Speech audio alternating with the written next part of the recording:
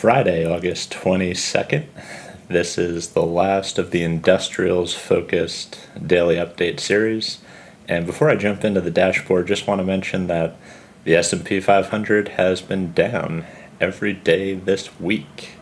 So we'll see if today, Friday, August 22nd, can break that trend. So let's get into the dashboard. Let's take a look first at the industrial sector. Today we're going to focus in on commercial services and supplies, a bit of an interesting corner of this part of the market, and look at the biggest players, Waste Management being the largest and Cintas being the next largest. So if we take a look at Waste Management, they're located here in Houston. Interesting company, aptly named, responsible for many of the waste management contracts across the country, and in a pretty good, stable, regulated industry, strong defensive characteristics, high barriers to entry. Obviously, it's an essential service. It's not going anywhere.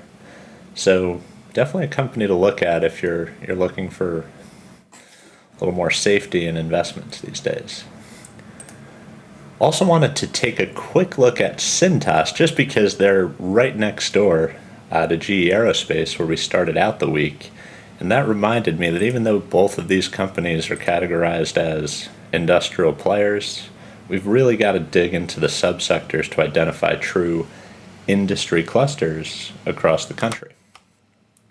So moving on, the energy sector, largely up on the day, with the exception of Texas Pacific Land Corp giving back some of those gains from earlier in the week.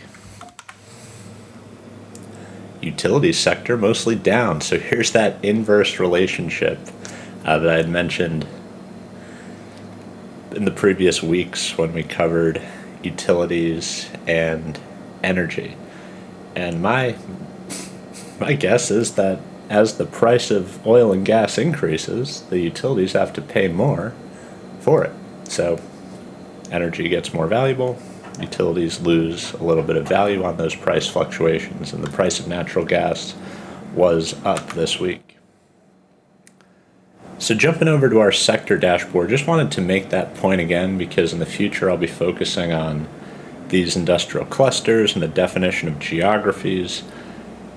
We've got two industrial companies in Cincinnati, but really no relation between the two. Cintas is in a completely different business than GE Aerospace.